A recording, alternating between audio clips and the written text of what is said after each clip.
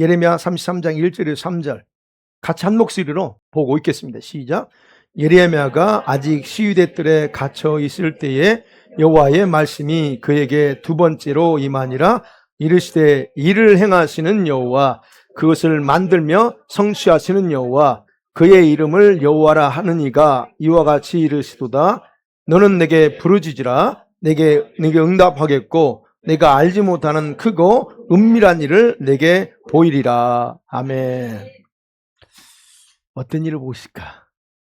예, 제목이 그렇습니다. 새로운 일에 펼쳐질 우리들의 그 미래, 어떤 일이 펼쳐질까? 저도 잘 모르지만 그런 희망을 가지고 또 어떻게 행하실지, 뭘 해야 될지에 대해서 잠깐 봅니다. 자, 우리가 올해 참 한 해를 여러분 열심히 살아오셨습니다. 우리 교회적으로는 열심히 예배하고 기도하고, 그리고 힘들지만 직장 생활하시는 분들은 참 피곤하고 힘든데도 열심히 살아오셨습니다. 그리고 사랑하는 가족들을 먹여 살리기 위해서 우리 남편들 특별히 아이고 밤낮으로 열심히 일했어요. 남편들, 우리 남편들 너무 고생 많았습니다. 그러니까 여러분 아버지 어머니의 희생과 헌신으로 우리 각 가정이 이렇게 여러분 밝고 건강하게 행복하게 우리가 웃음으로 기쁨으로 한 해를 마무리하고 있잖아요. 수고가 너무 많았다는 겁니다. 그래서 우리 서로 격려 박수를 한번 쳐주세요. 우리 수고하셨어요. 우리 특별히 남편들께 감사하셨어요. 네. 일하신 우리 아내들에도 있습니다. 일하신 우리 집사님 몇 명쯤 수고하셨어요. 너무 고생 많았어요. 열심히 살아오셨습니다. 그리고 이제 교회적으로 보면 부족한 저가를 좀 여러분들이 잘 염려해주고 기도해 주셔서 하나님께서 많은 긍휼을 베풀어 주셨음을 제가 잘 알고 있습니다. 그리고 감사하게 여러분 모든 성도들 한 분 한 분이 제가 여러분 생각대로 살려고 하지 않고 말씀 가르친 대로 살려고 몸부림치면서 여기까지 이렇게 잘 성장해 온 것도 이거 모두가 하나님의 특별한 은혜였어요. 그래서 이 모든 것이 결국 한 해를 마무리하지만 이렇게 행하신 모든 것을 주님께 영광과 그래서 감사 예배를 오늘 그렇게 드리는 겁니다. 자, 2주 전에 제가 2주 전에 송구영 예배를 기도하면서 25년도를 보내면서 갑자기 그런 생각이 들어요. 뭘 버려야 될지, 뭘 버릴까? 그리고 26년도를 맞이하면서는 내가 가면서 버릴 게 있고 뭘 가지고 26년도를 가야지? 라는 어떤 갑자기 그런 생각이 들었습니다. 목회자니까 버려야 된다? 뭐 가지고 가야 된다. 그 의미는 벌써 신앙적으로 제가 벌써 알고 있죠. 그래서 그런 생각이 들었습니다. 그래서 이제 그런 부분과 관련돼서 말씀을 나누려고 합니다. 여러분 지금 현재 세상이 어떻게 돌아가고 있는지를 잠깐 말씀드릴게요. 여러분 지금 세상 돌아가는 상황을 냉철하게 분석해 보면요, 제가 느끼는 건 26년도는 긍정적인 면보다 부정적인 면이 더 강하게 세상에는 온갖 불행한 일들 곳곳에서 더 많이 일어날 거라는 겁니다. 지금 연말인데도 계속적으로 불행한 일들이 일어나고 있죠. 근데 내년도에는 더 많이 일어날 거라는 거예요. 자, 여러분 26년도가 돼서 많은 일들이 일어날 텐데 여러분 우리가 그런 과정에서 우리 실제 생활에서 경험하게 될 것 중에서 한 가지만 제가 얘기하려고 합니다. 이러면 다 아는 것들이에요. 얼마 전에 한국에서 보이스피싱을 차단하겠다는 그런 이유로 새로운 그 전화를 개통하려면, 새로운 전화를 이제 오픈하려고 하면 실제 신분의 피지컬 아이디 대신에 뭐가 필요해요? 이제는 그렇게 하지 않고 안면인식, 생체 인식이죠. 안면인식을 통해서 신분을 확인하겠다라고 그런 법안을 올렸습니다. 이게 뭘 의미할까요? 이게 지금 중국에서 시행하고 있는 감시 체계의 시작 단계에 해당되는 법안입니다. 근데 그걸 한국에서 내년도부터 하겠대요. 또 우리가 아는 얘기처럼 여러분 앞으로 미국을 이제 들어가려면 캐나다인들이 미국 출입국을 하려면 어떻게 해야 되는지는 얼굴 촬영하고 일부 지문 채취합니다. 물론 지금도 이렇게 핑거프린트 합니다. 근데 한국일보 기사를 요약해 보면 이렇게 나와요.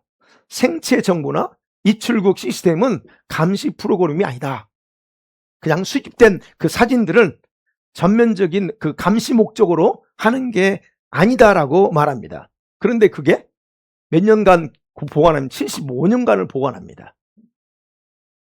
중요한 건 75년간을 보관해요. 이게 제가 이제 다음 26년에 미국 가야 되거든요. 그러면 이제 제가 저에 대한 모든 걸 다 75년간 보관합니다. 제가 죽을지라도. 근데 이 프로그램이 지금 한꺼번에 다 진행되는 거 아닙니다. 단계적으로 도입되면서 완전한 시행까지는 3년에서 5년 걸려요. 그러면 이게 딱 맞아 떨어진다 하는 걸 감 잡으세요, 여러분은. 제가 무슨 말씀 드리는지. 근데 이것이 시행되면 지금은 감시 목적이 아닐지라도 시스템은 앞으로 감시 체제의 출발이 된다 하는 겁니다. 여러분, 우리 카나다는 어떨까요? 카나다는요, 여러분 디지털 아이 시스템은 이미 준비되어 있는 상태입니다. 저와 여러분 디지털 아이디 있죠? 이건 다 준비되어 있어요. 가끔 언론을 통해서 이렇게 할 거다, 저렇게 할 거라고 하는 운을 떼면서 여러분 시기를 계산하고 있습니다. 근데 전 세계 어느 나라도 아직 그거 하지 않고 있어요. 그래서 유럽 쪽에 어느 나라가 시행하겠다고 하면 카나다도 토론토에서부터 시행할 거예요. 왜 토론토입니까? 토론토는 연방정부가 있죠? 그리고 정치적으로 공산주의 사상에 잠식당한 유럽에 쉽게 영향을 받아서 좌파들, 이런 표현이 좀 그렇지만, 그런 사들이 활발하게 활동하는 지역이 토론토이기 때문에 그래요. 거기서부터 시행될 거예요. 그래서 이미 여러분 우리가 아는 것처럼 우리가 지금 우리의 신분증은 뭘로 다 대체돼요? 크레딧 카드입니까? 아니면 드라이버 라이센스입니까? 네, 드라이버 라이센스가 다 신분증이에요, 우리. 근데 더 이상 이 피지컬 아이디를 발행하지 않고 이제 어떻게 해요? 각자의 휴대폰에 저장하도록 할 겁니다. 왜요? 너무 편하거든요. 분실염이 없거든요. 근데 여러분이 전화기 잃어버리면 안 되지만, 그렇게 생각합니다. 마치 우리가 여러분 비행기 티켓 살 때 뭘 이용하죠? QR코드, 휴대폰으로 QR코드 그죠? 받아서 처리하는 것처럼 이제는 모든 것이 다 휴대폰 하나면 해결되도록 하는 시스템이 이미 다 돼 있다는 거예요. 그러면 어떤 사람 제가 이렇게 말씀드리면 그거 뭐가 문제예요? 이미 다 해왔던 거 아니에요? 문제가 없다라고 생각할 수 있습니다. 그러나 여러분, 저와 여러분은 적어도 이 시스템의 내면에 숨겨진 진실을 볼 수 있다면 그런 생각을 할 수 없다는 겁니다. 뭐가 문제냐? 그런 생각 할 수 없어요. 그 내면에 숨겨진 걸 안다면. 어쨌든 이것이 26년부터 본격적으로 시행될 가능성이 굉장히 큽니다.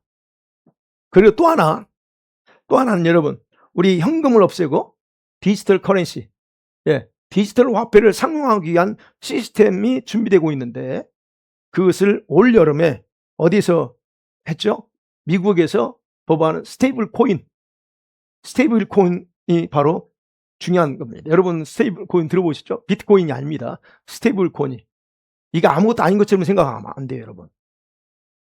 이것을 이용하기 위해서 블록체인이 기술을 이용합니다. 물론 지금도 그걸 이용하고 있어요. 그래서 전 세계적으로 암호화폐가 블록체인을 이용하는 거고, 투표 시스템도 다 블록체인, 그 다음에 디지털 신원 확인도 다 이 블록체인을 인정을 통해서 해야 돼요. 그럼 이미 모든 것들을 됐는데, 자, 그러면 제가 미국에서 이 스테이블 코인이 적극적으로 장려하고 있고, 지금 많은 젊은 세대들은 이 스테이블 코인을 엄청나게 사들이고 있어요. 그래서 내년부터 26년부터 본격적으로 상용화하기 시작할 거라는 거예요. 한국에서도 제가 듣기로는 내년부터 한국에서 만드는 스테이블 코인을 이렇게 CBDC가 아니고 스테이블 코인을 하겠다라고 그런 얘기를 들었어요. 신문을 통해서. 자, 그러면 제가 여러분 이게 말씀드리는 건, 그러면 우리는 이런 정책을 들으면서 이게 뭘 의미하느냐를 인지해야 될 필요가 있다는 겁니다. 그게 못 줘서 이게 아니고 이게 도대체 뭘 의미하느냐는 거예요. 여러분, 이런 모든 시스템은 정부 정책 중에 하나예요. 정부 정책이 하나여서 어떻게 하냐면 국민들의 편의, 안전을 위한 명목으로 광고합니다. 그렇기 때문에 대부분은 다 거부하지 않고 다 그거를 수능화 받아야 돼요. 우리도 그렇게 해야 됩니다. 우리도 이제 화폐 없어지면 다 코인으로 가야 돼요. 그래서 우리는 고민해야 돼요. 이 피지컬 종이페이퍼, 현금이 없어질 때 우리는 뭐 어떻게 해야 되냐, 이걸 고민합니다.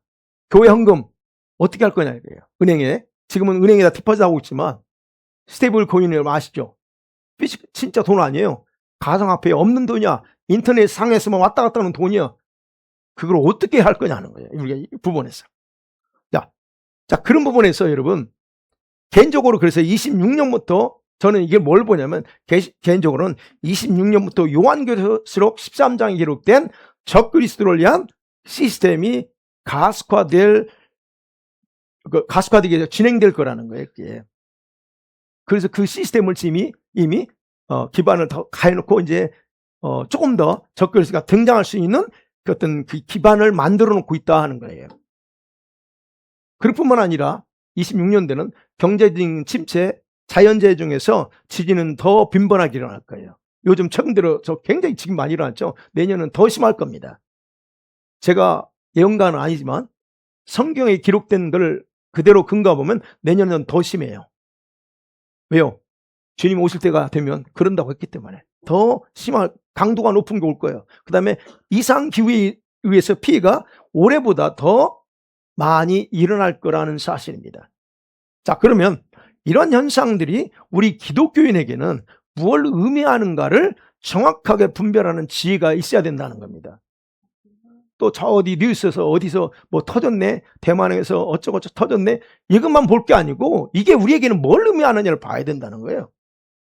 그래서 그런 부정적이고 희망이 없어 보이는 이야기들이 너무 많지만 저는 오늘 그 얘기 안 하려고 합니다. 맨날 이런 얘기 하니까 희망이 없어 보여서 오늘 그 얘기 안 하고, 그러면 하나님께서 이런 세상이 이렇게 돌아갈지라도 하나님께서 교회와 사랑하는 우리 성도들에게 행하실 일들이 뭔가를 중심으로 말씀 나눠보려고 합니다. 자, 세상은 이렇게 어지럽게 돌아갈 거예요. 시끄럽고 더 불안한 뉴스들이 계속 흘러나올 거예요. 전쟁의 소문은 더 끊이지 않습니다. 저 중동에서 지금 뭐 더 시끄러워. 그런 일이 계속 일어날 겁니다. 그런데 중요한 것은 저와 여러분이 믿는 하나님은 그런 일들에 눈 하나 깜짝하지 않고 자기 일을 행하신다는 겁니다.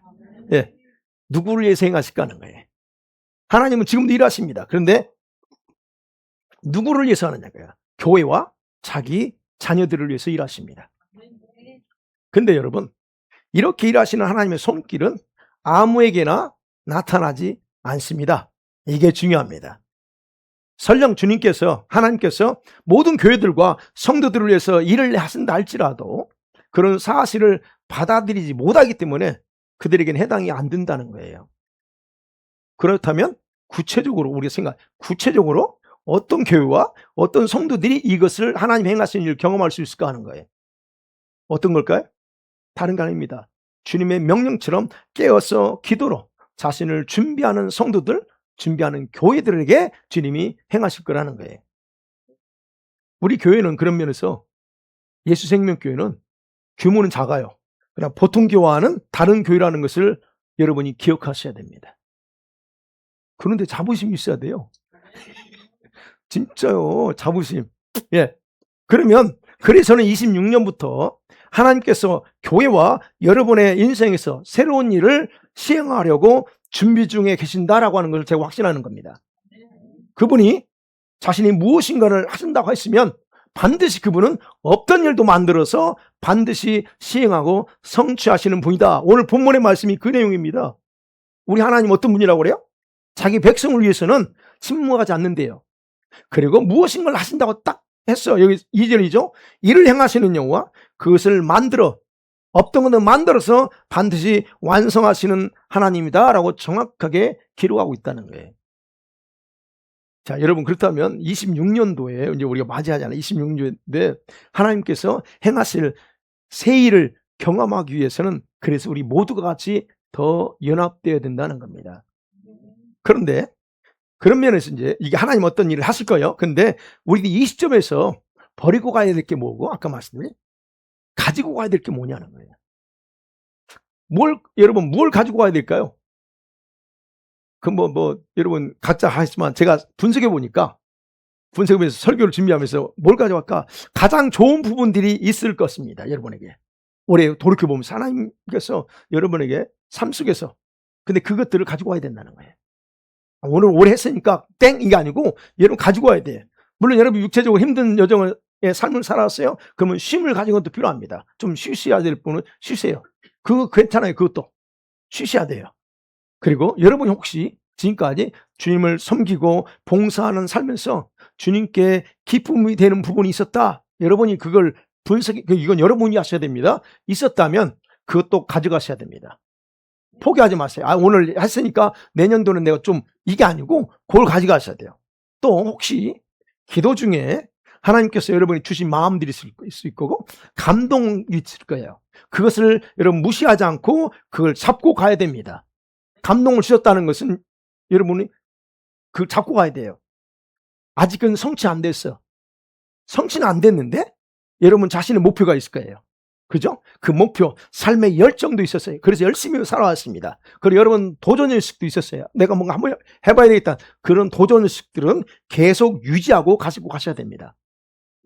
힘들 수 있지만 가지고 가셔야 돼요.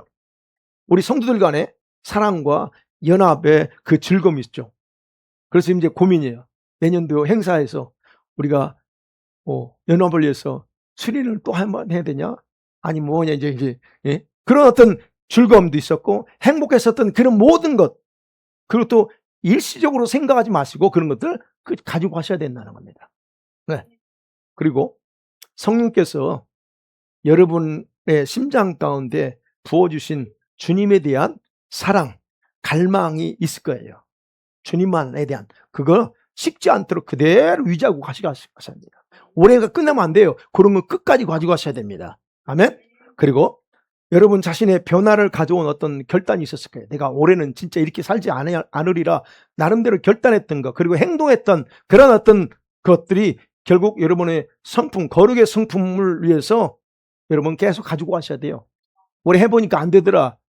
그게 아니고 가지고 가셔야 돼요. 그래서 여러분 우리 성품을 위해서 필요합니다. 이 성품은, 거룩의 성품은 그냥 안 돼요. 자동으로 되지 않아요. 이런 결단과 어떤 액션이 있어야만 가능하기 때문에 그거 계속 가지고 가셔야 됩니다. 아멘. 자, 그러면 여기까지만. 그러면 여러분과 제가 이 미련 없이 버리두고 가야 될 게 뭐 있을까요? 예, 여러분 이게 생활과 돈에 대한 염려, 미래에 대한 두려움은 없었어요? 그거 가지고 가실래요? 예. 이제 여러분이 나이가 한 살 더 먹었어. 저도 나이가 한 살 더 먹었어요. 한 살 더 먹었어. 그러니까 더 이상 저와 여러분이 가진 그 못된 뭘까요?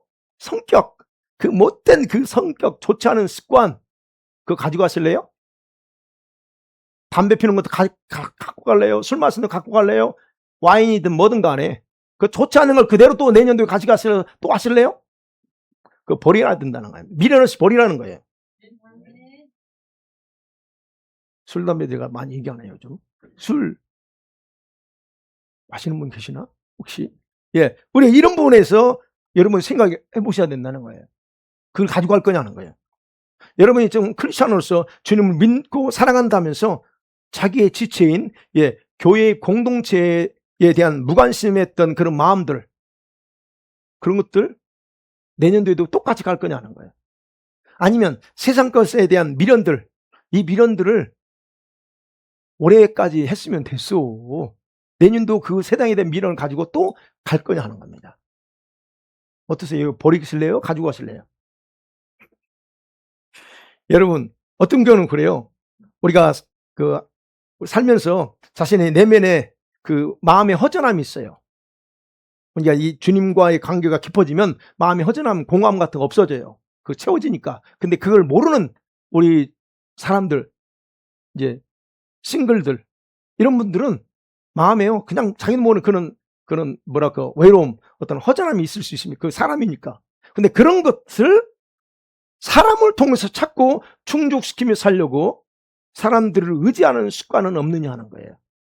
사람 의지해서는 그게 안 돼. 잠깐이 가능하지만. 근데 이거 그대로 가져갈 거예요? 가지고 가실래요? 이거 우리가 바꿔야 됩니다. 너무 많이 했나? 여러분 지금까지 성경 읽고 예배 생활하면서 짧게는 20년, 30년, 길게는 30년, 40년 신앙생활 해왔어요. 맞죠? 여기 이제 연세 드신 분들은 30년, 40년, 모태신앙인들은. 그러면 자신이 하나님께 해야 될 도리가 무엇인지 정확하게 알면서도 아직까지 핑계대면서 소홀히 하는 일들, 그것도 그냥 그대로 갈래요? 더 이상 핑계대지 마세요. 신앙생활 30년, 40년 했으면 이제는 그냥 물거 먹을 때 이제 다 국물 다 빠져나갔을 거 아니에요? 근데 왜 여전히 그거 가지고 또 핑계대면서 아이고 이래서 저래서 할 거냐 이거예요. 그거 가져가실래요? 그거는 안 됩니다. 예. 자, 이런 것도 우리가 일반적인 거예요. 그런데 오늘 제가 심각하게 좀 다루려고 하는 부분은요. 이 모든 것보다 더 시급한 것 중 하나를 제가 말씀드린다면 우리 모든 성도들이 가지고 있는 과거의 아픔과 상처라는 거예요. 여러분 10년, 20년, 30년 전의 아픔과 상처들 때문에 현재 삶에 자신의 행동과 결정하는 것에 영향을 받고 있는 건 없느냐는 거예요. 이게 가장 우리에게 큰 이슈고 이걸 처리하지 않으면 앞으로의 26년 주님이 오실 때까지 이 부분에서 시달리고 살아갑니다. 이거 지금까지 시달렸으면 이어서 끝장내야 돼요. 올해 그 부분을 좀 심각하게 다루고 봅니다. 제가 여러분 아시는 것처럼 밴쿠버에서 와가지고 직장 겸 사업을 하면서 그리고 목회를 했잖아요. 그래서 만난 사람이 참 많습니다. 근데 제가 만난 사람 중에서 잊을 수 없는 두 부류주가 있어요. 사람이 있어요. 지금도 못 잊는 사람들이. 그 이름은 몰라. 기억도 못해. 그냥 나누면. 그 어떤 일 아니에요? 첫 번째는 뭐냐면 한국에서 다니던 직장에서 그 직위, 자기가 직위 때문에 여기 와서 내가 한국에서 어떤 일을 했던 사람인데 여기 와서 영어가 안 되잖아요. 그럼 뭔가는 해야 될 거 아니에요. 그런데 여기 와서 아무 일이나 하려고 하니까 자존심이 상하는 거예요. 내가 한국에 있었으면 말이야 내가 그랬는데 여기 와서 그러니까 자존심 상해가지고 살 수 없다면서 아무것도 안 하는 거예요. 그러다가 어떻게 거의 홈리스와 같은 생활하는 분을 만났어요. 일하다가. 아니 어떻게 그렇게 살아요? 아니 자존심이 상하대. 내가 그냥 빌어먹으면 빌어먹지 난 못한다는 거예요. 아니 이게 어떻게 여러분 이 말을 들으면 이해가 안 되죠. 저도 이해가 안 돼요. 근데 그런 분이 있어. 와, 할 말이 없어요. 이런 분이 하나 있었고 또 한 분이 있어라면 자신의 과거의 상처와 아픔을 묶여 있는 거야. 이 과거의 아픔과 상처는 친구들한테 당한 거 특별히 자기 부모에 의한 상처 받아가지고 현재 행복하게 살아야 됨에도 불구하고 과거 20년, 30년 전에 머물러서 살아가는 불행한 사람들이었어요. 나이가 40, 50이야. 그러면 10대 때 상처받았으면 어떻게 해? 30년, 40년 됐어. 근데 30년, 40년 전에 상처 가지고 지금도 그 상처 때문에 괴로워하고 있어. 그 괴로워한다고 말은 안 해. 그런데 그의 삶이 괴롭다는 거예요. 그걸 보면서 근데 그게 교회 안에 대부분의 성도들이 다 그렇다는 거예요. 여러분들이 많이 치유받고 이제 회복된 분들이 있지만 그러지 못한 분들이 의외로 많습니다. 과거에 그래서 그 과거가 이미 지났는데 여전히 자신의 삶의 행동, 생각 이 모든 것들에 영향력을 행사하고 있다는 거예요. 그러면 이런 것들이 여러분 그런 분들을 보면 그게 자기 운명인 것처럼 생각해요. 그것이 과거의 어떤 상처들이 치유되지 못하니까 자기를 노예처럼 만들었어요. 사실은. 그래서 내 생각은 다 20년, 30년, 40년 전에 머물러 있어. 지금 나는 몇 살이에요? 50살 되고 40살이야. 그러면 현재 26년대에 사는데 내 여기는 어디야? 멘탈은 어디냐면 20년, 30년 전에 있다는 얘기예요. 그렇게 노예처럼 그런 상처의 노예처럼 돼서 그리고 이게 그냥 이건 어쩔 수 없어 내가 내 운명이야라고 이렇게 생각하는 사람들이 의외로 많은 걸 보면 참 안타까워요. 그래서 이제 이런 분들이 저한테 오면 이제 와서 기도받으면서 과거를 이렇게 치유받고 회복되는죠. 그러니까 여러분 이 과거의 어떤 상처 아픔은 자기 생각 속에만 존재합니다. 이미 오랜 시간이래. 근데 그것이 실제로는 존재하지 않은데 얘가 여기에 잡혀서 꼼짝 못한다. 그리고 우리 성도들 만나보니까 성도들 중에는 트라우마 같은 상황에서 겪었던 일들이 자기 생각에 각인이 되어 있어요. 그로 인해서 행동, 생각으로 자기를 괴롭히는 사람들이 의외로 있어요. 알아요? 우리가 그런 상황 만날 수 있습니다. 근데 그것이 여전히 지금도 괴로워. 그것 때문에.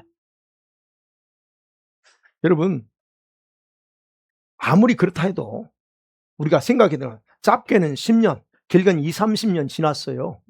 그러면 자신이 나이가 들었어. 그러면 그것에서 자유하고 사는 게 정상일 건데, 근데 여전히 그것에 묶여 있다. 그리고 스스로를 괴롭히고 힘들게 사는 그런 비정상적인, 본인은 정상이라고 생각하는데 우리가 보니까 아니야. 그 비정상적인 사람들이 의외로 우리 주변에 많이 있다는 사실입니다. 이것을 성경에서 뭐라고 표현한 줄 아세요? 쓴뿌리라고 그래요. 쓴뿌리. 쓴뿌리 때문에 지금 저렇게 산다라고 성경 분명히 말합니다. 자, 이런 쓴뿌리들은 자기 생각과 의지까지도 쓴맛을 보게 하면서 괴롭혀요.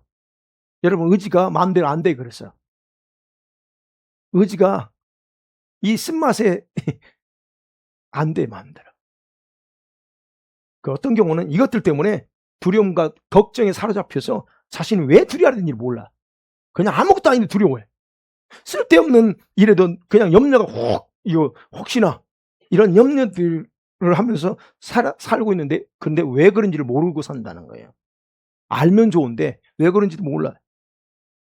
여러분, 그런데 이제 우리가 26년을 맞이했습니다. 이런 과거들은 내년도에는 하나님께서 여러분의 삶 가운데 새로운 일을 시작하실 데 있어서 여러분 방해하는 최고의 장애물이기 때문에 절대적으로 그건 불필요하다 제가 말씀드려요. 그거 가지고 가지 말라는 거예요. 마음대로 안 될 수도 있습니다. 그러나 여러분이 치유받아야 돼요. 그거 뭐 어디 정신과 가서 받으라는 게 아니고 주님께 치유받으세요. 도움이 필요하면 저희한테, 집사람하고 저한테 요청하시고 그러면 그분이 해주시세요. 빌립보서 3장 13절에 바울이 이렇게 말하죠. 시작. 형제들아, 나는 자본줄로 여기지냐고 오직 한 일 뒤에 있는 것은 잊어버리고, 뒤에 있는 건 다 잃어버린대요. 과거는 다 잃어버려야 돼. 근데 왜 과거가 나를 잡고 있냐는 거죠. 그래서 여러분의 삶을 더 이상 스스로 과거의 노예처럼 살지 않기를 하나님은 강하게 원하신다 하는 사실입니다.